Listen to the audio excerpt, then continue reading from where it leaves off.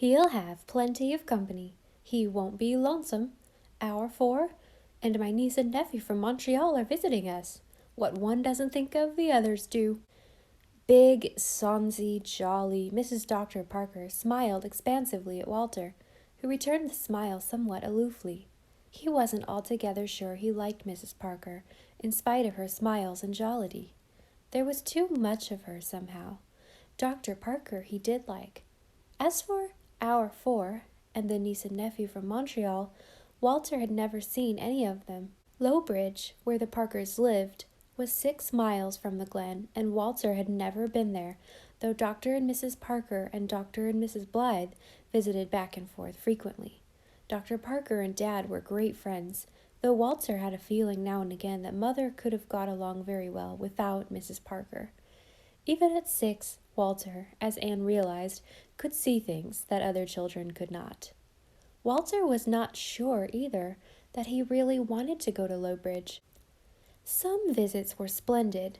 A trip to Avonlea now. Ah, there was fun for you. And a night spent with Kenneth Ford at the old House of Dreams was more fun still. Though that couldn't really be called visiting, for the House of Dreams always seemed like a second home to the small fry of Ingleside.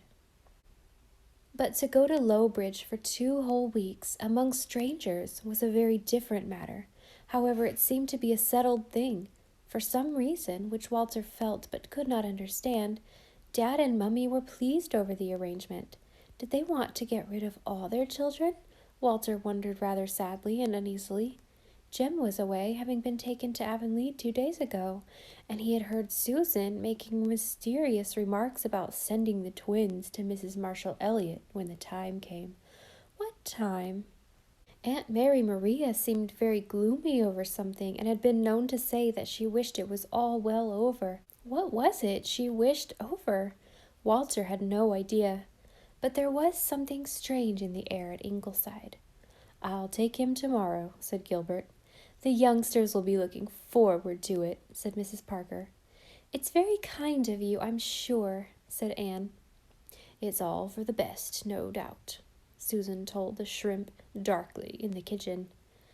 "It is very obliging of Mrs. Parker to take Walter off our hands, Annie," said Aunt Mary Maria, when the Parkers had gone. "She told me she had taken quite a fancy to him."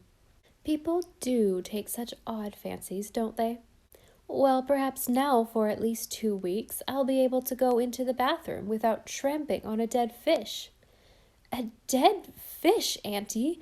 You don't mean—" "I mean exactly what I say, Annie. I always do. A dead fish. Did you ever step on a dead fish with your bare feet?" "No, but how?" "Walter caught a trout last night and put it in the bathtub to keep it alive, Mrs. Doctor dear," said Susan airily. "If it had stayed there it would have been all right, but somehow it got out and died in the night.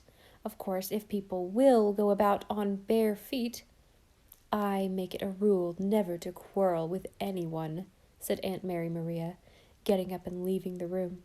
"I am determined she shall not vex me, Mrs. Doctor dear," said Susan. "Oh, Susan, she is getting on my nerves a bit, but of course I won't mind so much when all this is over, and it must be nasty to tramp on a dead fish." "Isn't a dead fish better than a live one, Mummy? A dead fish wouldn't squirm," said Di. Since the truth must be told at all costs, it must be admitted that the mistress and maid of Ingleside both giggled. So that was that. But Anne wondered to Gilbert that night if Walter would be quite happy at Lowbridge. "He's so very sensitive and imaginative," she said wistfully. "Too much so," said Gilbert, who was tired after having had, to quote Susan, 3 babies that day. "Why, Anne, I believe that child is afraid to go upstairs in the dark. It will do him worlds of good to give and take with the Parker fry for a few days. He'll come home a different child." Anne said nothing more. No doubt Gilbert was quite right. Walter was lonesome without Jem, and in view of what had happened when Shirley was born, it would be just as well for Susan to have as little on her hands as possible beyond running the house and enduring Aunt Mary Maria, whose 2 weeks had already stretched to 4. Walter was lying awake in his bed trying to escape from the haunting thought that he was to go away next day by giving free rein to fancy. Walter had a very vivid imagination. It was to him a great white charger, like the one in the picture on the wall, on which he could gallop backward or forward in time and space. The night was coming down. Night, like a tall, dark, bat-winged angel who lived in Mr. Andrew Taylor's woods on the South Hill. Sometimes Walter welcomed her. Sometimes he pictured her so vividly that he grew afraid of her. Walter dramatized and personified everything in his small world. The wind who told him stories at night, the frost that nipped the flowers in the garden, the dew that fell so silverly and silently, the moon which he felt sure that he could catch if he could only go to the top of that far-away purple hill, the mist that came in from the sea, the great sea itself that was always changing and never changed, the dark mysterious tide. They were all entities to Walter.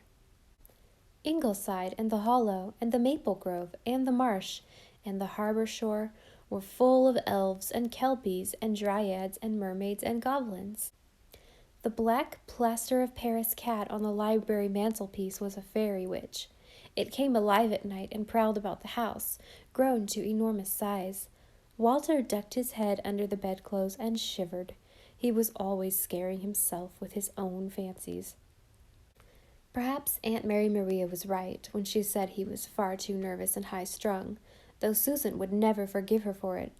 Perhaps Aunt Kitty McGregor of the Upper Glen, who was reported to have the second sight, was right when, having once taken a deep look into Walter's long-lashed, smoky-gray eyes, she said he did be having an old soul in a young body.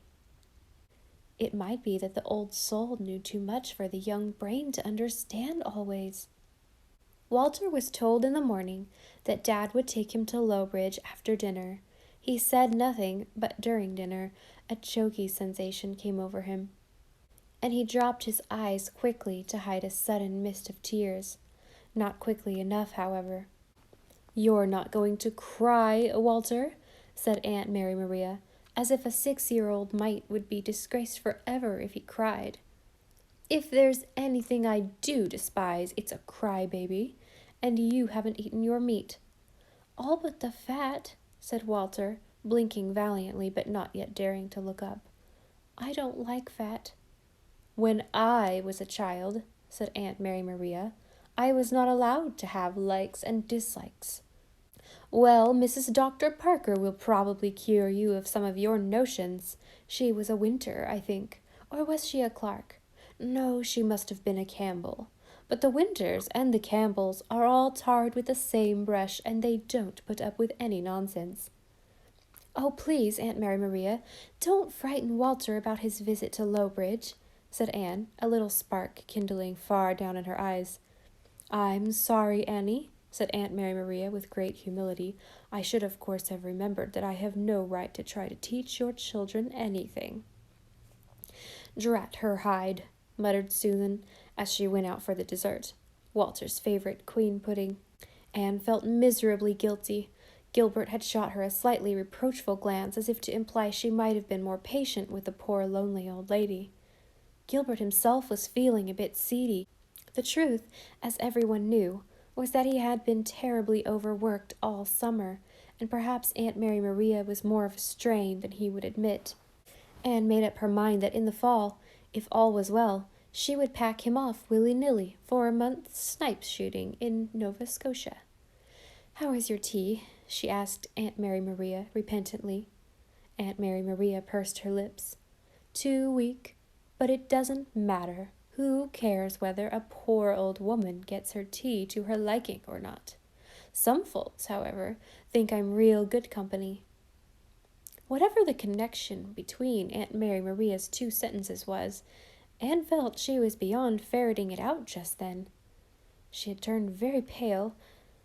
"I think I'll go upstairs and lie down," she said, a trifle faintly, as she rose from the table. "And I think, Gilbert, perhaps you'd better not stay long in Lowbridge. And suppose you give Miss Carson a ring." She kissed Walter good-bye rather casually and hurriedly. very much as if she were not thinking about him at all.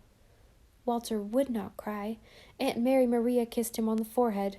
Walter hated to be moistly kissed on the forehead, and said, "Mind your table manners at Lowbridge, Walter. Mind you ain't greedy. If you are, a big black man will come along with a big black bag to pop naughty children into." It was perhaps as well that Gilbert had gone out to harness Grey Tom and did not hear this. He and Anne had always made a point of never frightening their children with such ideas, or allowing anyone else to do it. Susan did hear it as she cleared the table, and Aunt Mary Maria never knew what a narrow escape she had of having the gravy boat and its contents flung at her head.